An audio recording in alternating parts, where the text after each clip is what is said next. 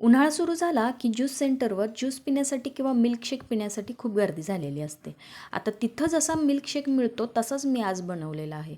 तर हा आहे चिकूचा मिल्कशेक. इतका टेस्टी झालेला की अगदी ज्यूस सेंटरपेक्षाही मस्त झालेला होता. तर हा मिल्कशेक अगदी साध्या सोप्या पद्धतीने घरच्या साहित्यातच तयार झालेला आहे.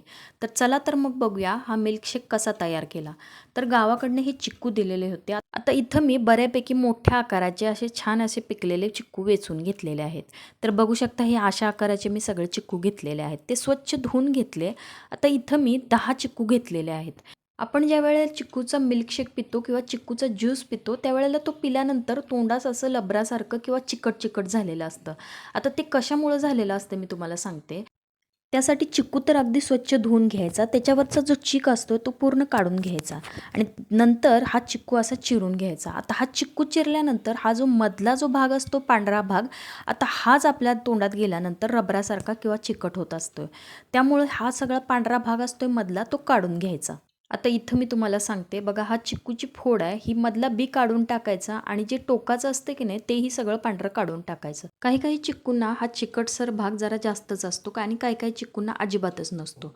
तर तुम्हाला मी दाखवते बघा, हा चिक्कू आता फोडून दाखवलेला आहे. आता ह्या चिक्कूत बघा थोडंसं जरा जास्तच आहे हे पांढरा भाग. मग हा असा काढून टाकायचा आणि नंतर हा काढून टाकल्यानंतर एका चमच्याच्या साहाय्यानं त्याचा आतला सगळा गर काढून घ्यायचा. जर हा गर चमच्याच्या सहाय्यानं व्यवस्थित निघत असेल तर चमच्यानंच काढायचा, नाहीतर दुसरी एक पद्धत म्हणजे कशी, ती चाकूच्या सहाय्यानं काढायची. त्यासाठी चिक्कूची एक फोड घ्यायची आणि नंतर त्या फोडीला वरचा जो टोकाचा भाग असतोय तो काढून टाकायचा आणि वरची साल चाकूच्या सहाय्यानं पूर्ण काढून टाकायची. आता इथंच चाकूच्या सहाय्यानं चिकूवरची सगळी साल काढून टाकायची. आता ही साल काढताना पूर्ण आतपर्यंत साल काढायची नाही, अगदी वरच्यावर ही साल काढून टाकायची. आता ही सगळी साल काढल्यानंतर ह्या चिकूचे छोटे छोटे तुकडे करून घ्यायचे. आता एक ज्यूसचं भांडं घ्यायचं किंवा मिक्सरचं भांडं घ्यायचं. आता इथं मी ज्यूसचं भांडं घेतलेलं आहे. त्या ज्यूसच्या भांड्यात आपण जे चिकूचे तुकडे करून घेतलेले होते ते सगळे चिकूचे तुकडे त्यात घातले आणि त्याच्यानंतर त्यात 5 चमचे आपले पोहे खाण्याचा चमचा असतोय त्याने 5 चमचे साखर घातलेली आहे आणि त्याच्यात 1 ग्लासभर दूध ओतलेलं आहे. आता इथं मी एकदम थंड झालेलं दूध घेतलेलं आहे. त्याच्यानंतर त्याच्यात 4 ते 5 बर्फाचे क्यूब्स घालायचे आहेत. त्याच्यानंतर हे मिक्सरला चांगलं फिरवून घ्यायचं आहे. आता या मिश्रणात मी थोडेसे 4-5 काजू घातलेले होते, ते इथं स्किप झालेले आहेत, तर तुम्ही नक्की घाला. तर इथं मी एक मस्त असा काचेचा ग्लास घेतलेला आहे, त्यात हा शेक ओतलेला आहे.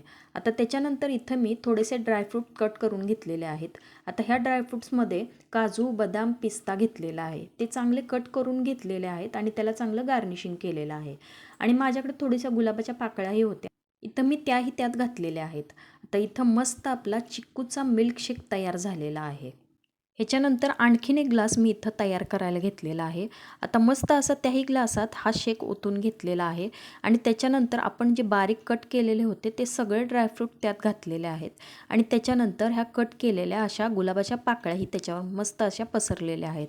तर इथं आपले 2 ग्लासात मस्त असे चिक्कूचा मिल्कशेक तयार झालेला आहे आणि हा मिल्कशेक अगदी साध्या सोप्या पद्धतीनं आणि अगदी घरच्या साहित्यात तयार होतोय आणि ज्यूसपेक्षाही मस्त असा इथं चिक्कूचा मिल्कशेक तयार झालेला आहे.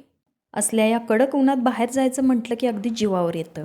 मग अशा प्रकारचा मिल्कशेक घरीच तयार करून प्यायचा आणि हा हेल्दीही तितकाच आहे आणि अगदी घरच्या साहित्यातच लगेच तयार होणारा असा हा चिक्कूचा मिल्कशेक. तर एकदा नक्की करून बघा आणि तो कसा झाला हे मला नक्की सांगा. कुठं बाहेर जायचं टेन्शन नाही, अगदी घरातच मस्त असा एन्जॉय करता येणारा असा हा चिक्कूचा मिल्कशेक आणि अगदी कमी वेळेत झटपट असा तयार होतो. त्यामुळे पाहुणे आले तरी अजिबात टेन्शन घ्यायचं नाही. पटकन घ्यायचे चिक्कून असा हा मिल्कशेक तयार करून त्यांना द्यायचा. तर या मग प्यायला हा चिक्कूचा मिल्कशेक आणि कसा झाला हे मला नक्की सांगा आणि तुम्हीही एकदा नक्की करून बघा.